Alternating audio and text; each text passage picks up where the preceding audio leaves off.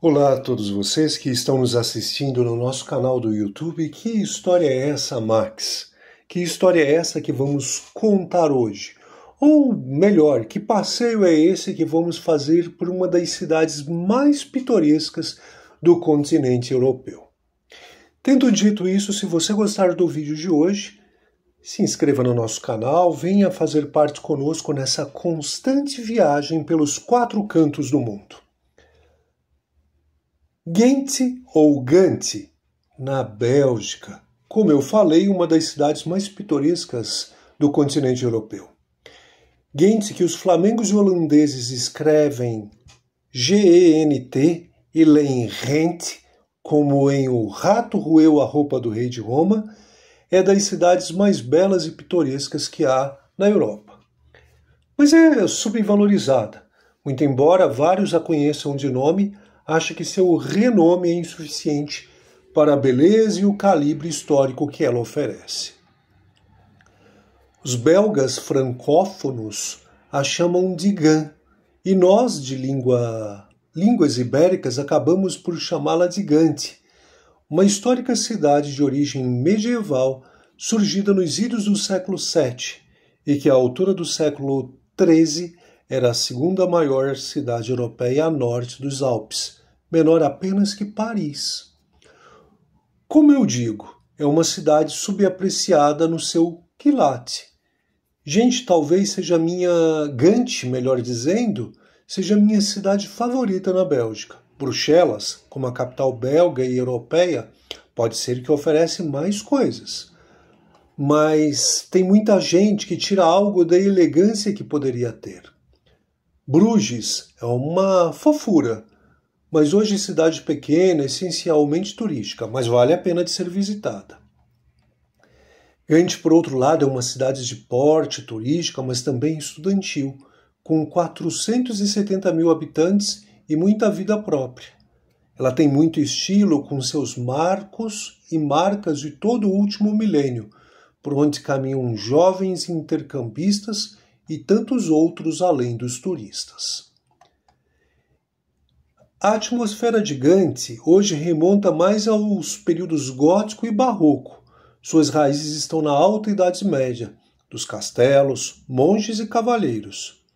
Neste lugar que os celtas antigos chamavam de Ganda, boca do rio no seu idioma. Monges cristãos estabeleceram a abadia já no século VII, ambas dedicadas a missionários que andaram por aqui nesse século. Santo Amando e São Bavão, este último padroeiro da cidade. Não são nomes muito conhecidos nos países latinos, mas são santos corriqueiros na Bélgica e na Holanda. O biógrafo do famoso imperador Carlos Magno, de 748 a 814, um erudito dos francos chamado Einhard, viria a ser o abade de ambas aqui em Gant. A cidade, porém, seria seguidamente pilhada pelos vikings, depois em 851 e 879, e foi somente a partir do século XI, integrando-se no medieval Condado de Flandres, que ela veio a prosperar. Vale explicar um pouquinho do pano de fundo de como essa cidade tão especial se tornou o que é. Gant foi uma cidade comercial no medieval Condado de Flandres. É algo difícil explicar. Flandres, ou a Bélgica como um todo, as pessoas nascidas no século XX que foram condicionadas a enxergar o mundo todo em termos de países, bandeiras e nações, onde ali dentro todo mundo supostamente é igual. Isso é uma abstração da nossa cabeça. Não é como o mundo funcionou na maior parte do tempo, nem como ele funciona mais no século XXI, diriam alguns. O que é a Bélgica hoje já é, há pelo menos 1000 anos, uma zona fronteiriça de culturas e governos. Quase todos sabemos que a Europa na Idade Média era uma colcha de retalhos. As monarquias eram muito descentralizadas e os monarcas eram, por vezes, de fachada. Sendo a era do feudalismo, certos pedaços de chão atendiam a algum nobre, um conde, um duque, um marquês, e ao mesmo tempo a um soberano maior. Na prática, porém, o sucerano mais alto, fosse rei ou imperador, muitas vezes mandava bem menos que o nobre mais imediato, que estava ali mais perto da realidade local, no controle dos homens, das armas e da coleta de impostos. Flandres era um pouco mais complicado, porque parte desse condado fazia parte do Reino da França, a chamada Flandres Real, e a outra parte no Sacro Império Romano Germânico, a dita Flandres Imperial. O que a Bélgica hoje já é, há pelo menos 1000 anos, é uma zona fronteiriça de culturas e governos, como eu falei. Aqui floresceu Gante, na riqueza de seu encontro.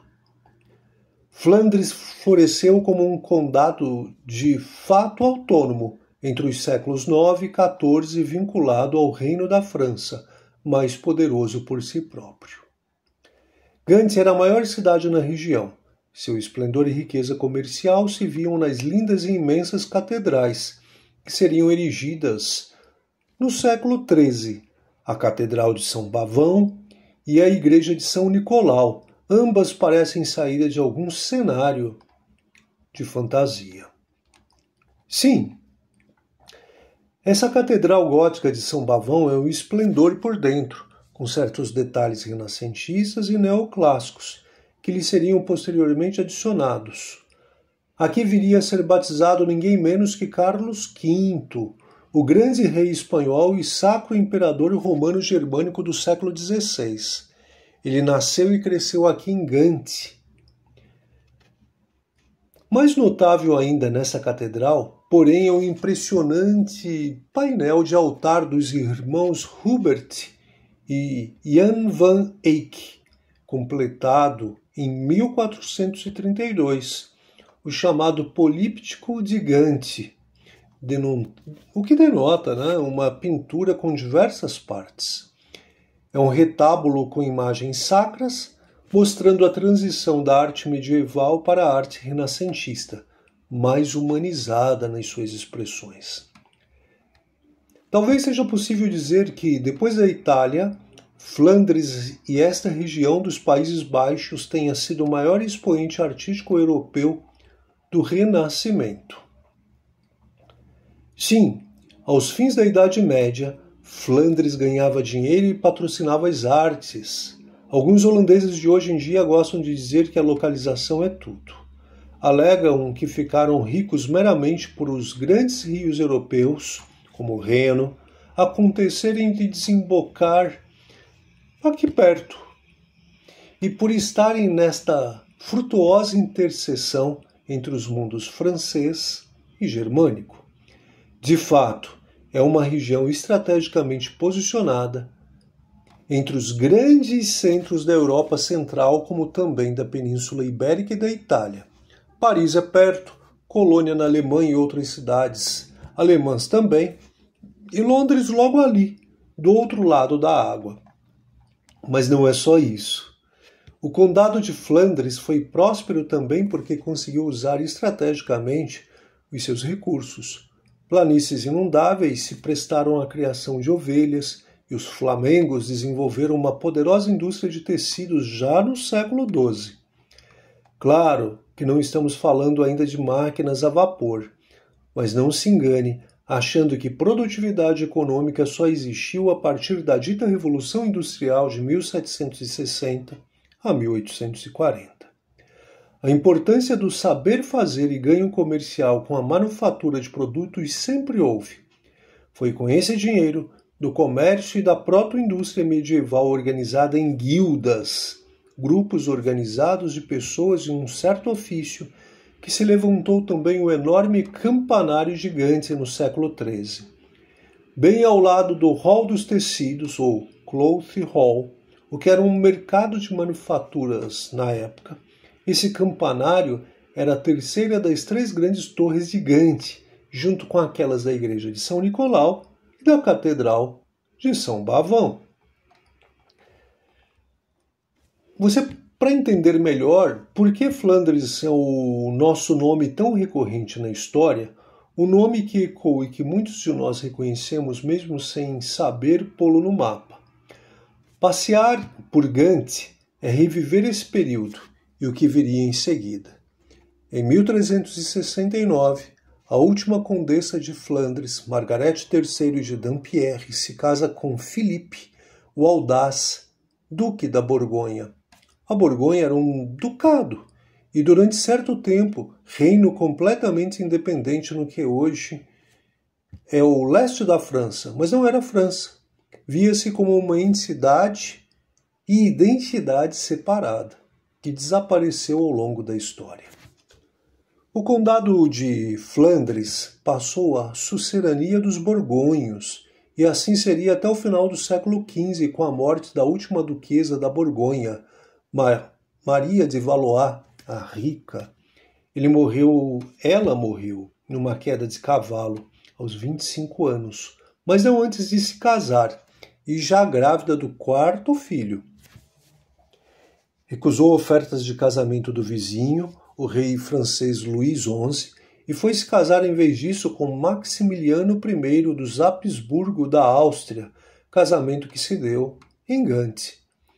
Eis como Flandres e todos esses Países Baixos foram parar no Sacro Império Romano Germânico, governado desde Viena, na Áustria. Sobre como parte destas bandas se separaram para formar a Holanda e muito posteriormente a Bélgica, a partir das partes protestantes e católicas. A Borgonha, propriamente dita, em tempo, seria abocanhada pela França, da qual hoje é uma região onde fica Dijon. Umas voltas em Gante e nos deparamos também com bastante do período posterior aos fins da Idade Média, a Era dos Descobrimentos. É quando Gante e outras cidades da região começam a adquirir aquelas feições semelhantes às de Amsterdã, na Holanda, e demais cidades da Holanda que prosperaram nesse período. Já no interior da estação ferroviária Gent-Sint-Pieters, a principal da cidade, você vê dedicações à época, quando o comércio com a África e de especiarias com as Índias orientais e ocidentais começaram a dar tônica desses Países Baixos, lá pelos anos de 1600. Muita gente chega à cidade justamente por essa localidade, e que não fica no centro histórico. É preciso tomar o bonde número 1 e nos 10 minutos você está lá. Pode descer em Koren Market se quiser desembarcar no coração dessa aglomeração de cultura e pessoas. Você hoje caminha por aqui e encontra canais margeados por flores, restaurantes e o casario antigo dos mercadores, tal como em Amsterdã. A diferença é que Gante já era notável e rica antes deste tempo, como vimos, e portanto tem edificações e torres góticas de pedra que a Holanda não tem. O centro histórico de Gante é relativamente compacto e você caminha nele como quem se deixa perder. Para todo lado há algo a olhar. Num raio de 1 quilômetro você circula como num parque temático, verdadeiro, atravessando o quê? As épocas. Sim,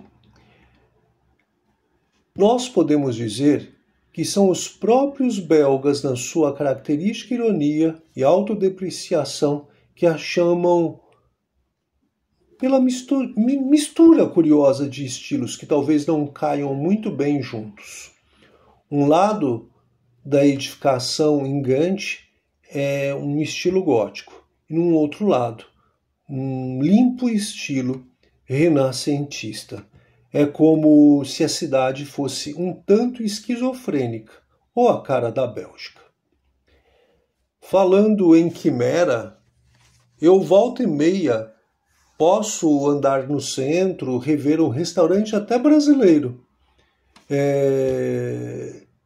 Ele se chama Brasil E muitos brasileiros, quando vão em Gant e estão famintos, saudosos da comida brasileira, vão para lá. O restaurante fala que é especializado em moquecas e comida nordestina. Bom, não é bem assim. Muitos se decepcionam quando saem desse restaurante. Pensando em tudo isso, se a pessoa quiser entender o que é a Bélgica ou o que é Gant na região de Flandres, deve mesmo fazer um mergulho profundo na cultura local, na cultura que encanta o mundo, com uma aula de história, com uma aula de geografia e com uma aula de conhecimento. Bem-vindo a Gant e espero encontrá-los vocês aqui brevemente no nosso próximo vídeo.